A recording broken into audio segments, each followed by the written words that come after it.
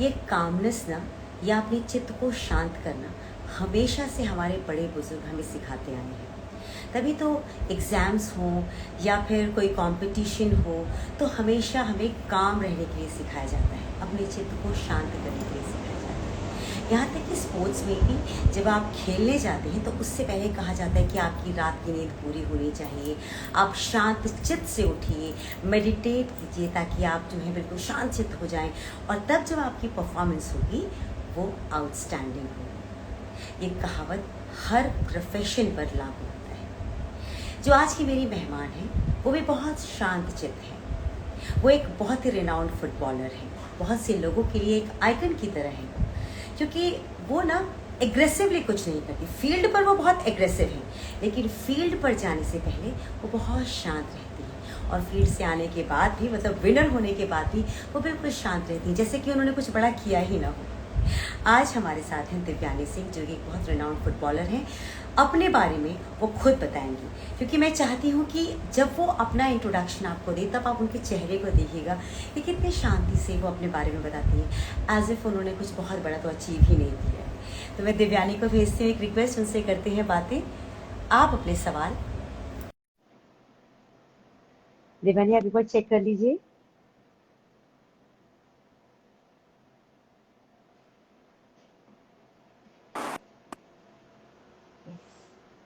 Welcome, नमस्ते। How are you? I am so good, आप कैसी हैं? परफेक्ट। हाँ जी। आपको Am I आवाज audible? परफेक्ट है, आप हाँ मुझे हाँ। बिल्कुल सुनाई दे रही हैं आप। अच्छा दिव्यानी, आपको मैं जानती हूँ जितना, आप बहुत ही शांत इंसान हैं। फील्ड पे जाकर आप एग्रेसिव हो जाती हैं, अटैकर हो जाती हैं, घर पे शांत, गेम से पहले शांत, बाद में शांत। तो इस शांति का कोई कुछ खास राज है आपके पास? क्या कुछ आप खास मेडिटेशन करती हैं या कुछ फॉलो करती हैं रुजीन, ताकि आप बिल्कुल शांत रहें? मेडिटेशन तो मेरे हिसाब से सबको करना चाहिए। और जो प्लेयर होगा, आप ये देखोगे, ये कॉमन सी चीज होगी, जो प्लेयर होगा ना, वो हाँ। ग्राउंड पे जितना एग्रेसिव होगा ना, उतना ही ऑफ द फील्ड वो फनफुल होगा। और क्या बोलेंगे, जोक करेगा, ह्यूमरस होगा, उसका सेंस ऑफ ह्यूमर अच्छा होगा। तो वो चीज अपने आप आ जाती है जब आप फील्ड पे होते हो ना। तो आपको वो हाँ। होता है, जज्बा होता है कि मुझे जीतना है, मुझे खेलना है, तो बेटर हाँ। परफॉर्म करना है। बट जब ऑफ द फील्ड होते हैं तो आप रिलैक्स होते हो, आप इंजॉय करते हो, और ऐसे आप रिलैक्स रहते हो और कूल हो हमेशा जाते काम रहते हो। Perfect, perfect. दिव्यानी, मैंने ना आज पहली बार आपके इंट्रोडक्शन में लोगों को बताया ही नहीं। मैंने सिर्फ ये कहा कि आप एक बहुत रिनाउंड फुटबॉलर हैं। तो आपसे अगर मैं पूछूं तो आप कैसे अपने आप को इंट्रोड्यूस करेंगे? आपने जो जो चीजें की हैं, प्लीज आप एक बार बताइए मेरी ऑडियंस को।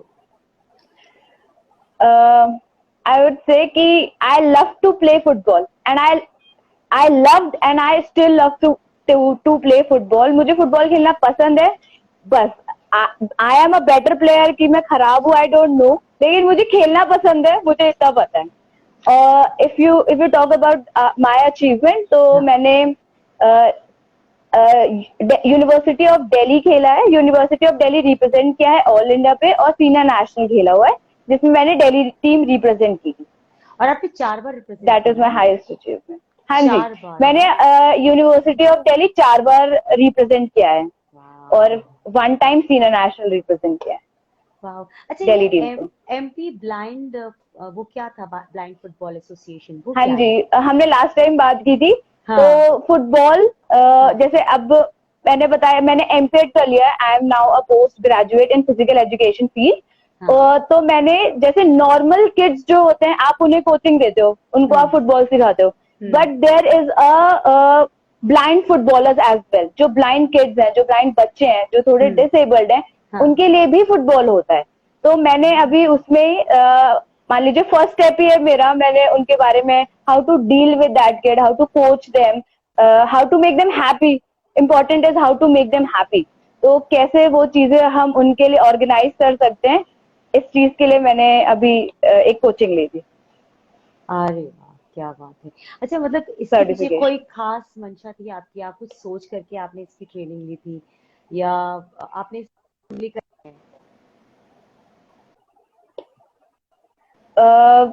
ब्लाइंड फुटबॉल के लिए आप पूछ रहे हो ना, आपके बीच में आवाज चली गई हाँ। थी। हाँ हाँ जी। हाँ, ब्लाइंड फुटबॉल के जैसे लिए। मैंने मेरा फर्स्ट वर्ड दिया था कि आई लव हम्म फुटबॉल। हम्म तो वो चाहे किसी भी फील्ड में हो, जितना हम एक्सप्लोर कर लें, हम्म। जितना एक्सप्लोर करना चाहूँ मैं फुटबॉल उतना एक्सप्लोर करना चाहूंगी।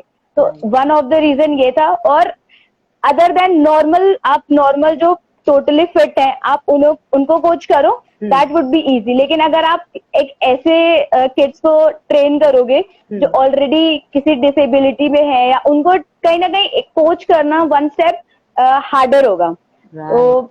That was the kick point for मी।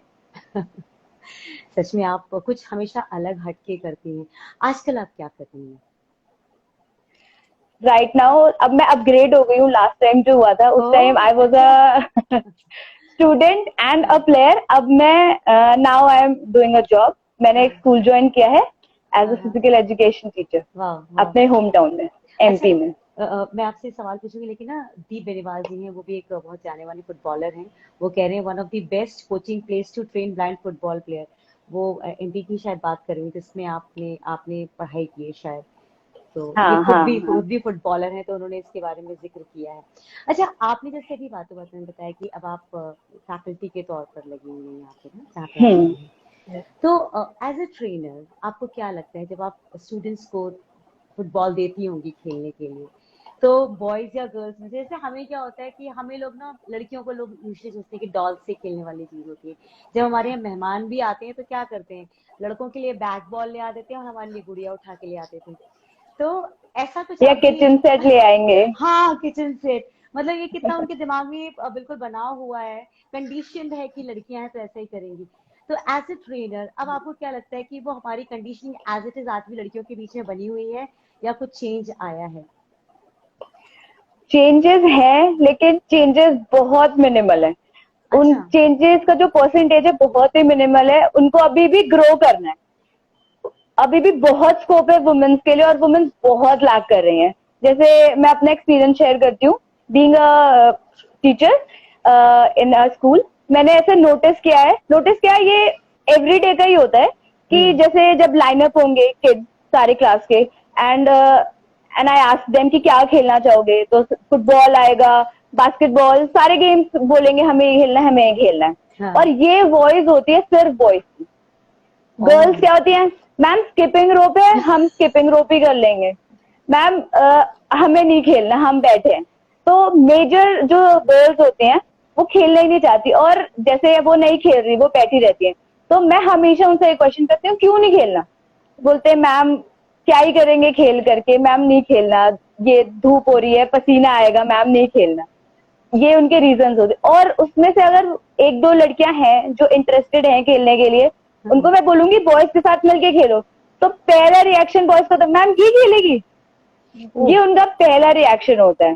तो मैं ऐसा करती हूँ कि मैं बॉल गर्ल्स के हाथ में देती हूँ कि ये स्टार्ट करेंगी तो ही गेम होगा, ताकि उनको ब्यूटीफुल। ये लगे, ताकि बॉयज के मन में ये ना आए कि गेम सिर्फ गर्ल्स के लिए। इक्वालिटी होनी चाहिए, चाहे वो बॉयज हो चाहे वो गर्ल्स हो, चाहे वो छोटे बच्चे हो चाहे वो बड़े हो, सबके लिए इक्वालिटी होनी चाहिए, सबके पास अपॉर्चुनिटी होनी चाहिए। और स्कूल तो I think is such a platform कि आप वहाँ पे जितना जितना ज्यादा ग्रो करते हो ना, वो आपके लाइफ टाइम के लिए होता है। वहाँ की मेमोरीज, वहाँ की लर्निंग्स आपको हमेशा हेल्पफुल करती हैं। तो इसी के लिए मैं उनको ये चीज कोशिश करती हूँ कि वो ये चीज सीखें कि जितना बॉयज खेल सकते हैं उतना गर्ल्स भी खेल सकते हैं, जितनी फिजिकल ओह। एक्टिविटी बॉयज कर सकते हैं उतनी गर्ल्स भी कर सकते हैं। फिर आपके लिए बहुत चैलेंजिंग होता होगा ना। देखिए, आप एक फीमेल टीचर हैं, फिर बॉयज आपको क्या उतनी सीरियसली लेते हैं? मतलब या तो आपके अचीवमेंट्स वो ऑलरेडी जानते होंगे, तब तो कोई आपको सीरियसली लेगा।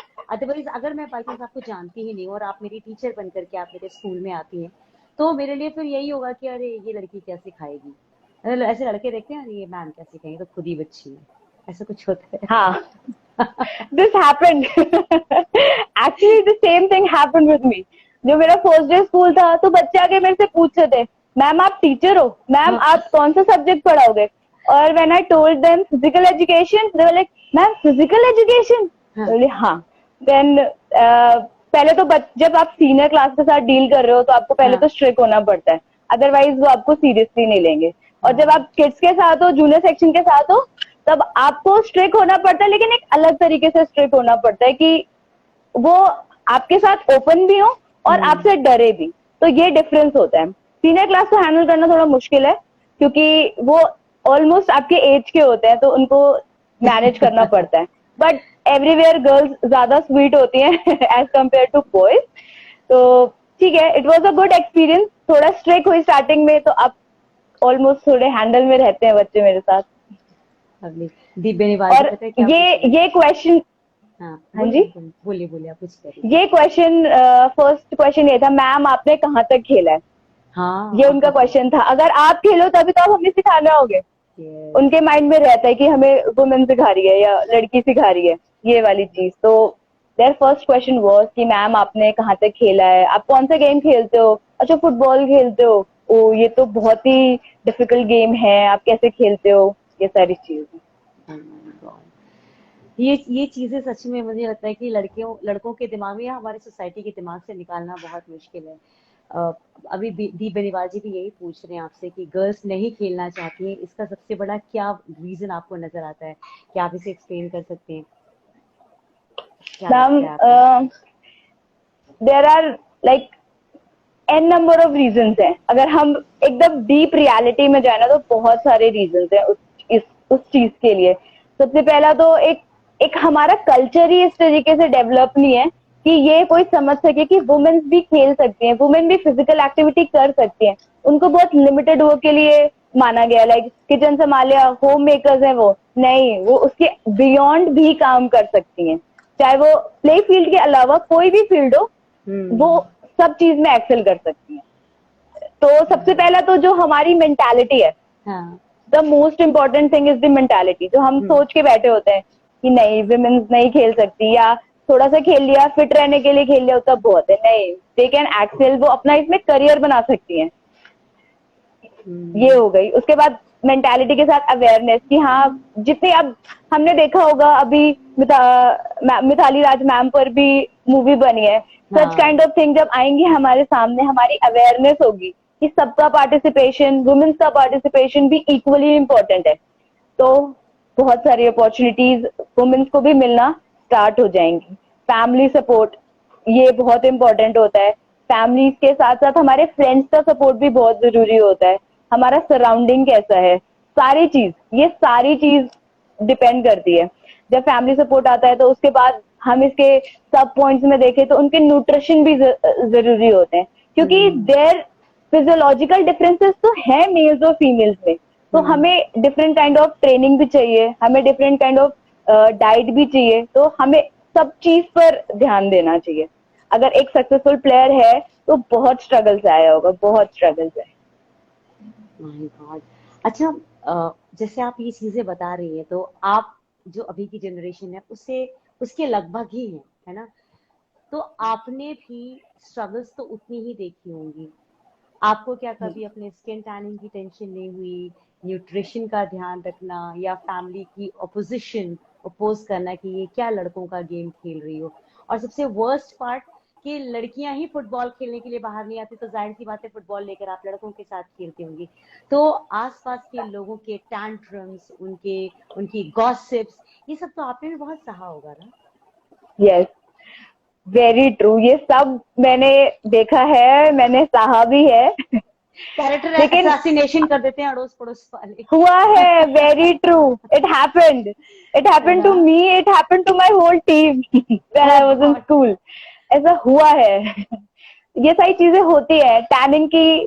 तो मैंने आपको बताया ना कि मेंटालिटी, हम इस मेंटालिटी से ही ग्रो अप कर रहे हैं कि इवन जो गर्ल्स होती थी, हमारी जो क्लासमेट्स होती थी, वो भी कहती थी यार कितने काले हो गए, यार कैसे गंदे से लग रहे हैं, काले हो गए हैं, कितनी ज्यादा टैनिंग हो गई है। तो हम शायद ना भी सोचे, बीइंग अ प्लेयर, जो प्लेयर है वो शायद ना भी सोचेगा, लेकिन जो उसकी सराउंडिंग्स है ना, उसको ये चीज जरूर सोचने पर कर देगी कि यार नहीं, ऐसी चीजें भी करती हैं। उसके बाद मुझे फैमिली का सपोर्ट रहा है, लेकिन इन द फ्रंट मेरे फैमिली ने मुझे बहुत सपोर्ट किया है, लेकिन इन द बैकग्राउंड मेरे पेरेंट्स ने बहुत स्ट्रगल भी किया है फाइनेंशियली, सोसाइटी से, सोशली, सब चीज से लड़ करके मुझे आगे भेजा है। जो भी होता था मेरे तक बहुत एंड तक पहुंचता था, लेकिन मेरी मम्मी और मेरे पापा, इवन माय ब्रदर, सबने, मेरे फ्रेंड्स जितने भी हैं उन्होंने सबने मुझे बहुत सपोर्ट किया है। जो भी होता था वो लोग देख लेते थे। मैं तो बहुत एंड में पहुंचती थी चीजें। मैं प्रैक्टिस करती थी, जैसे मैं या बहुत सारी गर्ल्स ऐसी होती हैं जो कि बॉयज के साथ ट्रेन करती हैं, क्योंकि इतनी इनफ नंबर ऑफ गर्ल्स नहीं होती कि आप एज उनसे के साथ मैच खेलो तो पूरा। तो मैं बॉयज के साथ प्रैक्टिस करती थी। मेरे नियर बाय ग्राउंड है यहाँ, मतलब लाइक 500 मीटर्स पर है। मैं जाती थी and I remember when I was a kid, I was the single girl playing in that field. पूरे फील्ड पे मैं अकेली लड़की होती थी। समटाइम्स हैपेंस लाइक कोई छोटा सा बच्चा होता था, वही मैंने जैसे बात की थी मेंटालिटी, बच्चे आके पूछते थे आप लड़की हो, आप ग्राउंड खेलने आई हो, ऐसे क्वेश्चंस भी करते थे। तो it was difficult but it was a good, मतलब इन दी एंड जो भी हुआ उसका अच्छा रिजल्ट मिला है। देखिए, बिना स्ट्रगल के there is no success story. आपका स्ट्रगल जिस तरह से रहा है, आपके पीछे आपके पेरेंट्स ने आपको बहुत प्रोटेक्ट करके रखा है ना। तो जब उन तक ऐसी बातें आती थी, अड़ोस पड़ोस, चाचा बुआ ताया आकर ये बताते थे कि देवयानी जो है लड़कों के साथ खेलती है, लड़कों के साथ रहती है, तो उनके क्या रिएक्शंस रहते थे? वो इसको कैसे कंफर्टेबली ले पाते थे? क्योंकि आप एक यूपीआईट हैं और मुझे लगता है कि यूपीआईट्स के ऊपर ना, यूपी की लड़कियों के ऊपर एक अलग किस्म का प्रेशर होता है। वैसे तो प्रेशर हर जगह होता है, लेकिन वो यूपीआईट्स जो है वो कुछ अलग ही उनका एक माइंडसेट होता है। तो वो जो प्रेशर रहा है, पेरेंट्स ने उसे कैसे हैंडल किया? कभी उन्होंने वो आंच आप तक आने दी कि देवयानी यार छोड़ो ना यार, कोई और गेम खेलो ना?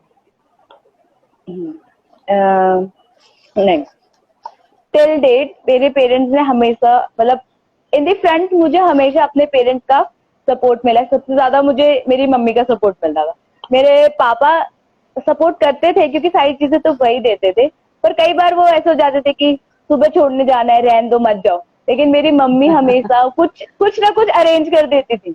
टीचर से बात कर लिया पीछे से, या कोई और है सीनियर है उससे बात कर लिया, तो हमेशा मेरे लिए जो कन्वेंस होता था वो अरेंज करवा देती थी। तो ये चीजें होती थी। और जैसा आपने बोला कि पीठ पीछे वाली बात, तो ये होती थी, रिलेटिव्स भी करते थे, और जो पड़ोस अड़ोस है तो वो तो उनका तो काम ही है, मान लो करना, तो वो होता था।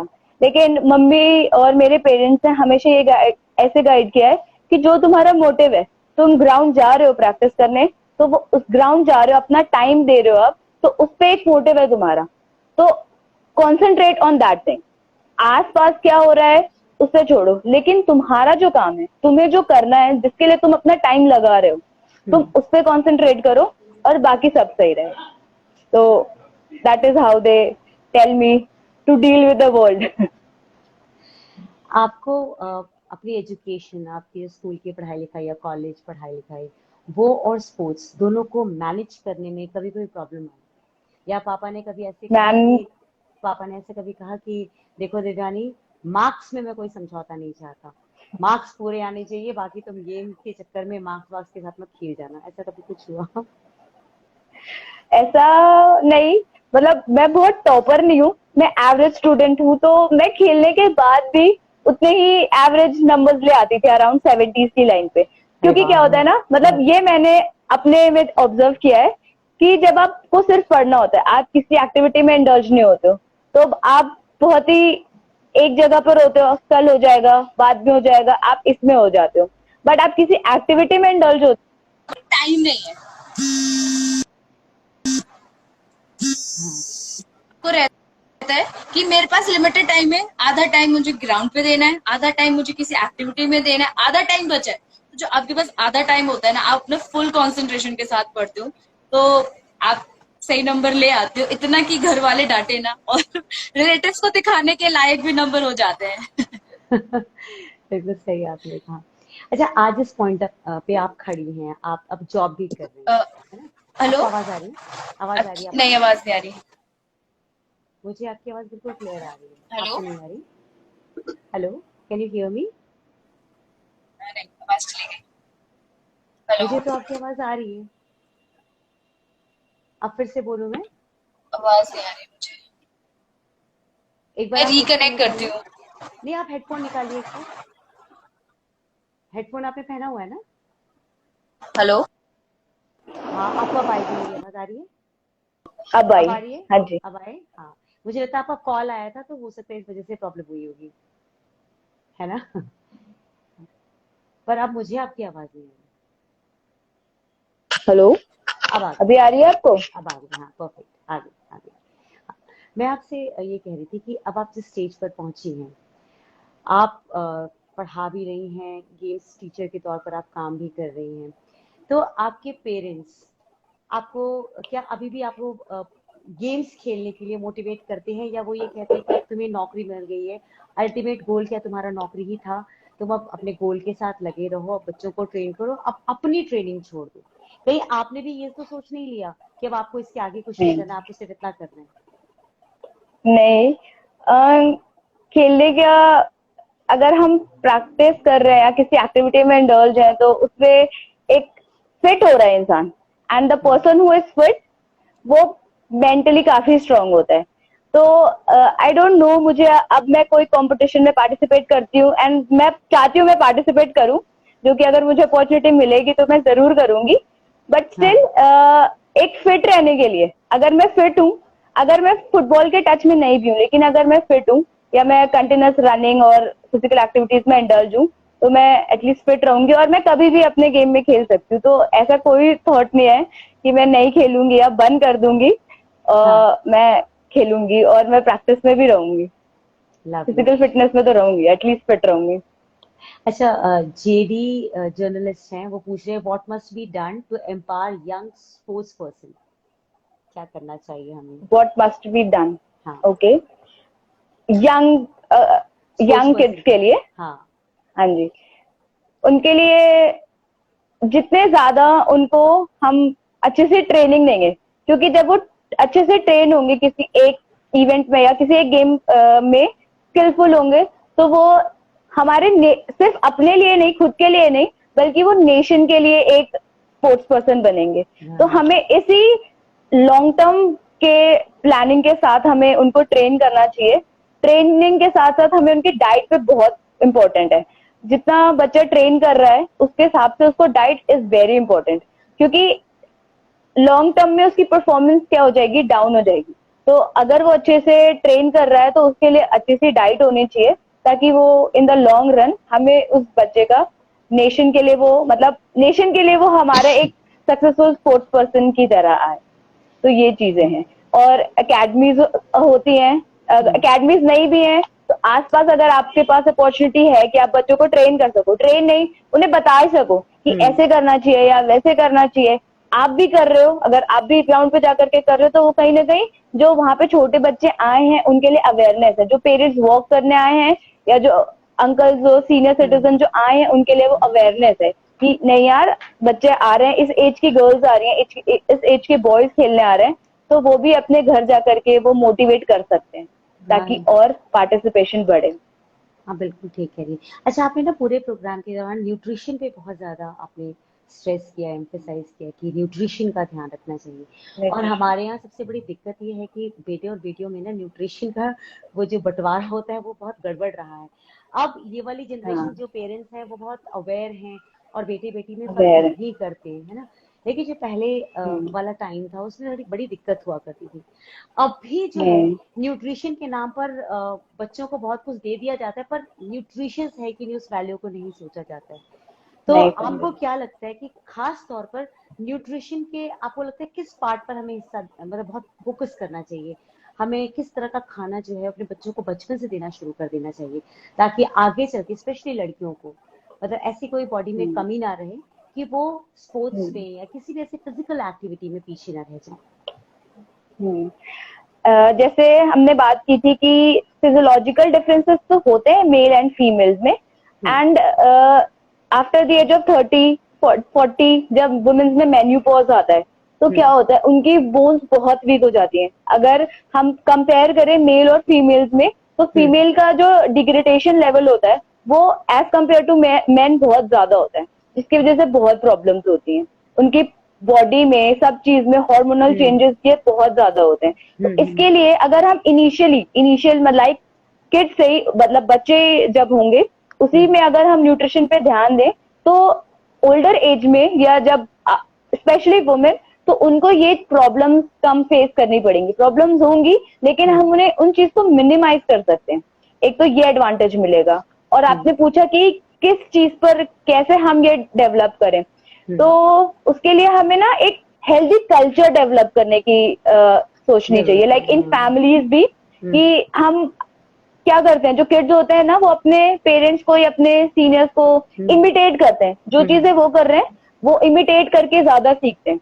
तो उसके लिए अगर हम ज्यादा अपने फैमिली में ही हेल्दी कल्चर रखेंगे, नहीं हमें दिन में प्रॉपर खाना ही खाना है, हमें सैलेड खाना ही खाना है, हमें रात में दूध पीना ही पीना है, तो इन स्टार्टिंग एज से, बिल्कुल बच्चे के एज से वो चीज उनमें अडेप्ट हो जाएगी, वो चीज कंडीशन हो जाएगी कहीं ना कहीं उनके लिए। तो बाहर का खाओ या अनहेल्दी भी खाओ लेकिन थोड़ा लिमिटेड। उसके बाद तुम अपनी डाइट पे ध्यान रखो। आज के टाइम पर तो वैसे ही इतना ज्यादा मिलावट वाला होता है, तो आपको और सोच समझ करके और राइट चॉइस करके खाना चाहिए। बिल्कुल सही आपने कहा। अच्छा, दीप बेनीवाल जी ने आप ये भी पूछा था, उनका क्वेश्चन बहुत ऊपर चला गया कि आप फुटबॉल में कौन सी पोजीशन पे खेलती हैं?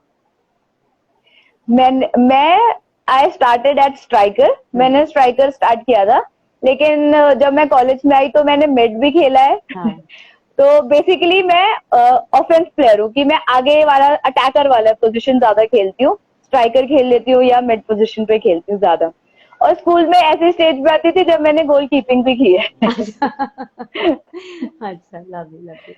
अच्छा, आपसे ये सब बातें करने में ना मुझे बहुत मजा आ रहा है, क्योंकि स्पोर्ट्स में मैं कभी रही नहीं हूँ, तो मुझे ऐसा लगता है कि फुटबॉल खेलना मतलब ओ माय गॉड, स्पेशली वो जो फुटबॉल हम खेलते हैं तो जो पैर के हिस्सों पे जो चोट लगती है वो बहुत बुरी होती है, घुटने टूट जाना और कई बार उंगलियों का फ्रैक्चर हो जाना अगर जूते सही नहीं है तो आप जब बड़े लेवल पर खेलती थी और इंजरीज अगर हो जाया करती थी तो उससे कैसे टैकल करते? क्योंकि कई बार क्या होता है कि कल मैच है आपका और आज प्रैक्टिस हो रहा है और आज आपके हाथ पैर टूट गए और आपने खेला को चोट लगी काफी ज्यादा, तो उस सिचुएशन में आप क्या करते हैं? ये तो मोस्ट सैडनिंग सिचुएशन होती है किसी भी प्लेयर के लिए, चाहे वो कोई भी लेवल पे खेले। अगर उसको एक दिन पहले चोट लग जाती है तो बहुत ही बुरा लगता है कि यार इतने दिन से प्रैक्टिस कर रहे हैं और अब फाइनल डे हमें चोट लगी, हम परफॉर्म ही नहीं कर पा रहे हैं। उसके लिए आप क्या कर सकते हो, जो भी रिकवरी प्रोसेस होता है ना, बिना टाइम वेस्ट किए आइसिंग करना शुरू कर दो। उसके अलावा कॉन्ट्रास्ट बात, जो भी रिक्वायरमेंट है अकॉर्डिंग टू द इंजरी, उसके हिसाब से आप तुरंत उस पर काम करना शुरू कर दो, वो बेस्ट होगा। प्रॉपर रेस्ट लो, तब आप कहीं ना कहीं, अगर सिवियर नहीं है तो आप नेक्स्ट डे परफॉर्म कर सकते हो, लेकिन अगर सिवियर है तो आपको थोड़ा रेस्ट करना पड़ेगा। बट स्टिल अगर आप अपना ध्यान रखोगे, और इंजरी तो पार्ट है ही गेम्स की, कोई भी गेम की। उसके पहले अगर मैं और डिटेल में जाऊं तो उसमें क्या होता है कि हम वार्म अप करते हैं, हम अपनी प्रॉपर टेक्निक यूज करते हैं, तो अगर हम ये सारी चीजें करते हैं तो चांसेस ऑफ इंजरी भी रिड्यूस हो जाती है। अच्छा। तो ये इस तरीके से हम जो इंजरीज के चांसेस है उसको रिड्यूस कर सकते हैं और बेटर परफॉर्म कर सकते हैं। ब्यूटीफुल। अच्छा, आप अब आगे क्या प्लान कर रही हैं? कहीं ऐसा तो नहीं कि यहीं पे जॉब में आप सेटिस्फाई होके बैठ जाएंगे? क्योंकि we want to see you playing nationals, तो ये नेशनल गेम्स या इंटरनेशनल गेम्स, इंटरनेशनल फुटबॉल, इन सब में हम आपको देखेंगे, या आप अपने आप को रिस्ट्रिक्ट कर लेंगी और आप सोचेंगे चलो मम्मी डैडी का प्रेशर है, शादी वादी कर लिया जाए, छोड़ो, और शादी के बाद तो सब कुछ ससुराल के हाथों में चला जाता है कि पता नहीं खेल पाए कि नहीं खेल पाए, ऐसा आपने कुछ सोचा है? लाइक अभी फिलहाल तो जॉब का प्लान है, जॉब का ही सोचा है, लेकिन इस एक जगह पे सेटल नहीं होना। मैं चाहती हूँ कि मैं ट्रेनिंग वगैरह दूं, ज्यादा फीमेल्स को सपोर्ट करूं जितना मैं कर सकती हूँ। मतलब मैं स्कूल लेवल पे भी ट्राई करती हूँ, जैसे मैं जाती हूँ, मैं उनको मोटिवेट करती हूँ, मैं उनसे बात करती हूँ कि क्यों नहीं खेल रहे, पार्टिसिपेट करो। हमारे बॉयज की ट्रेनिंग होती है, मैंने आपको बताया था स्टार्टिंग में कि बॉयज की, जैसे मैं जिस स्कूल में हूँ अभी अपने होम टाउन में, वहाँ पे बॉयज की ट्रेनिंग होती है एवरी इवनिंग। वो प्रॉपर उनको बोल दिया जाता है, वार्म अप और ये सारी चीज होती है, लेकिन एक भी गर्ल का पार्टिसिपेशन नहीं होता वहाँ पे, कोई भी लड़की नहीं होती है वहाँ पे, और उनको मना किया जाता है। लाइक दे आर, उनको बोला जाता है कि नहीं आप रहने दो, लेट हो जाएगी तो आपको घर कौन छोड़ने जाएगा, आप आओगे आप, और मेंटालिटी बैड पीछे ये भी बात होती है कि पता नहीं किस उससे आ रही है, क्या इंटेंशन है, खेलने ही आ रहे हैं कि घूमने के लिए आ रहे हैं, क्या इंटेंशन है, ये वाली बातें भी होती हैं। तो मैं चाहती हूँ कि ये चीज मैं कर सकूं, एटलीस्ट मैं रहूंगी वहां पे तो फीमेल पार्टिसिपेशन बढ़ेगा उस चीज से लेकर के। तो मैं चाहती हूँ कि फिलहाल मैं अभी स्कूल में हूँ, जिस भी लेवल पर हूँ मैं, एटलीस्ट कम से कम एक लड़की तो इंस्पायर हो, फिजिकली फिट हो, इंडल्ज हो स्पोर्ट्स में, और इज एज अ करियर ले, नहीं तो कम से कम फिट तो हो ही जाए। Well said, well said. लेकिन मैं आपको नेशनल्स में देखना चाहती हूँ, वो हमारा सपना कब पूरा होगा? आप उसके लिए कुछ कर रही हैं या आप सेटिस्फाई होकर नेश रुक रही हैं? नेशनल्स के लिए कर सकती हूँ वैसे, लेकिन अगर मैं जो जो ज्यादा मतलब लाइक जो 18-20 इयर्स के एज में है ना, उनको ज्यादा अपॉर्चुनिटी है रेदर देन मी। तो मुझे लगता है कि वो अब मेरे से कहीं ना कहीं ज्यादा फिजिकली फिट भी होंगे और ज्यादा टेक्निकल साउंड भी होंगे, अगर वो कंटिन्यूस प्रैक्टिस में है तो उनको ज्यादा अपॉर्चुनिटी मिलेगी, और मुझे इस एज पे लाइक 26 या 25 एज पे कम अपॉर्चुनिटी मिलेंगी, क्योंकि यंगर प्लेयर्स ज्यादा लेते हैं नेशनल टीम्स में लॉन्ग रन के लिए, ये चीजें ज्यादा होती हैं। लेकिन हाँ, मेरा ये है, जैसे मेरी सारी एजुकेशन दिल्ली से हुई है, मैंने स्कूल के बाद एमपी को रिप्रेजेंट नहीं किया, लेकिन मेरा ये है राइट नाउ की ड्रीम है कि कम से कम मैं अपनी एक बार एमपी की टीम को भी नेशनल्स में, सीनियर नेशनल्स में रिप्रेजेंट करूं कम से कम। और ऐसा, और एक मैंने एमपी का क्लब भी ज्वाइन किया है रिसेंटली, जानती, फुटबॉल मुझे क्लब। मुझे बस ये ताज्जुब हो रहा है कि आप सिर्फ 25 साल की हैं और मतलब आपको ये प्रेशर अभी से लग रहा है कि 20 वालों को प्रेफरेंस दी जाएगी और 25 वालों को नहीं दी जाएगी। आपको मैं हाँ प्रीतम रानी शिवाजी का एक एग्जांपल देना चाहूंगी। दो बच्चे, उनके बच्चे होने के बाद लोगों ने सोचा भी था, जिनके ऊपर चकते इंडिया फिल्म बनी हुई, मैंने उनका इंटरव्यू लिया था, उन्होंने पोस्ट डिलीवरी वापस ज्वाइन किया क्योंकि वो बहुत क्विक थी। She was very quick in her actions, उनके रिफ्लेक्सेस बहुत तेज चलते थे। आप सोचिए उनको अवार्ड्स की तरह पहले अर्जुना अवार्ड ही रही हैं और अब उनको द्रोणाचार्य अवार्ड भी मिला है। तो I would really request you कि प्लीज आप अपने आप को ये सोच कर रिस्ट्रिक्ट मत कीजिए, because we are going to lose someone who has been doing such bright things. और आपने हमेशा स्पोर्ट्स में बहुत अच्छा किया है और आप जैसे बच्चों को मोटिवेट करती हैं, तो मुझे लगता है कि आपको अपने लिए भी you should keep that platform ready for you yourself also, and it's very very important. We don't want to lose you in any case. ये मोटिवेशन था मेरे लिए। मैं जरूर ध्यान दूंगी इस बारे में जो आपने बोला है, और कोशिश करूंगी कि मैं खेलूं पक्के से। यस, और आप मतलब बाकी बच्चों को तो ट्रेन कर एक रही हैं। लेवल ऊपर ही खेलूं। हाँ, आप बाकी बच्चों को ट्रेन कर रही हैं, ये बहुत अच्छा कर रही हैं। और जिस जगह पे आप लड़कियों को मोटिवेट कर रही हैं वो बहुत मुश्किल है। आप अगर चाहें तो आप प्लीज बता सकती हैं आप आजकल कौन से शहर में ट्रेन कर रही हैं, तो लोगों को समझ में आएगा कि क्या चैलेंजेस आप एक्चुअली मैं देख रही हैं। मैं अपने होम टाउन में हूँ, जो कि है Satna MP, and I joined a Priyamvada Birla school, Priyamvada public school, private school, private school. अपने तो होम टाउन में।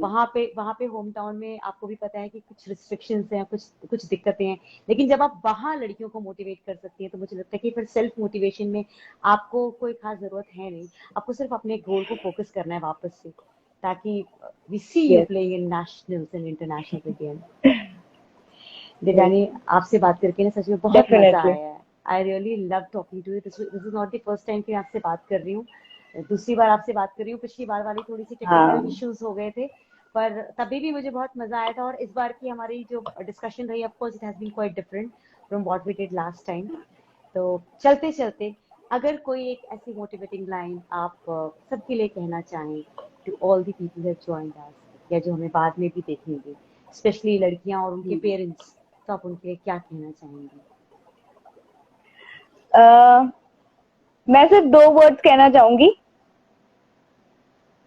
कंसिस्टेंसी, जो कि हर एक फील्ड के लिए, हर सबके लिए इम्पोर्टेंट है, and believe in yourself, very important. Girls अगर ये बिलीव करें कि नहीं वो कर सकती हैं, चैलेंजेस के आगे वो लड़ करके उसको बेटर कर सकती हैं, तो प्लीज वो चीज कंटिन्यू रखें, बिलीव इन योरसेल्फ, और उस चीज में कंसिस्टेंसी होनी चाहिए। जो भी आप कर रहे हो उस चीज में आपकी अगर कंसिस्टेंसी है तो मैं ये श्योरिटी ले सकती हूँ कि आपको रिजल्ट जरूर मिलेगा. That has this been is the thing. that has been lovely. और मेरी तरफ से आपको शुभकामनाएं. आप जिस काम में लगी हुई हैं, लोगों को प्रेरणा देने में, यहाँ तक कि जो आप ब्लाइंड किड्स को भी आप सपोर्ट करने के लिए जो कर रही हैं, उन सब के लिए आपका तहे दिल से बहुत धन्यवाद. मुझे लगता है कि ऐसे लोग बहुत कम होते हैं जो अपनी बजाय, मतलब मैं सच बताऊं तो मैं थोड़ी सी सेल्फिश हो रही थी कि आप अपने लिए क्यों नहीं कर रही हैं, पर आप लोगों के लिए कर रही हैं, और ऐसे सोच बहुत कम लोगों में होता है. तो हैट्स ऑफ टू यू कि आप अपने बारे में कम, और आप लड़कियों को मोटिवेट करने में या ब्लाइंड स्टूडेंट्स को मोटिवेट करने में आप अपनी सारी एनर्जी, सारी जो आपने सीखा है, सब कुछ उनके लिए कर रही हैं. तो it is commendable and thank you so much. ऐसे लोग बहुत कम होते हैं आपकी तरफ. Thank you for hosting me and finding me कि मैं आपसे बात कर सकूं. नहीं दिव्यानी, आप एक्चुअली बहुत अमेजिंग हैं और बहुत मोटिवेटिंग हैं. आप आपसे बात करते हुए मुझे ये भी आभास हुआ कि खुद के लिए जिए तो क्या जिए, जब तक औरों के लिए ना जिंदगी हम जिए. तो आपसे ये मैंने आज सीखा है कि सिर्फ अपने लिए नहीं, दूसरों के लिए जीना भी एक बहुत बड़ा अचीवमेंट है. और मैं बार बार आपसे कहती हूँ, मैं आपको नेशनल देखना चाहती हूँ, इंटरनेशनल देखना चाहती हूँ, but somewhere, I mean, behind all what you said, I could make out the feeling that you have कि बहुत से लोगों को भी ट्रेन करने की जरूरत है, एंड ट्रेनर्स बहुत कम होते हैं इस दुनिया में. तो yes, lovely qualified trainers. Qualified trainers. तो ये मेरा एक प्लेजर रहा है कि मैं एक क्वालिफाइड ट्रेनर से आज बात कर रही हूँ, जो कि लोगों को मोटिवेट करता है, जो लोगों को गाइड करता है. Divyani, thank you so much. Could you hear me? आप मुझे सुन पा रही है ना? Yes, I can hear you, लेकिन वीडियो आपकी ब्लॉक हो रही है. मुझे आपकी फ्रोजन वीडियो लग रही है. Thank you Divyani, thank you so much. God thank you so much ma'am, thank you so much. Thank you. Take care.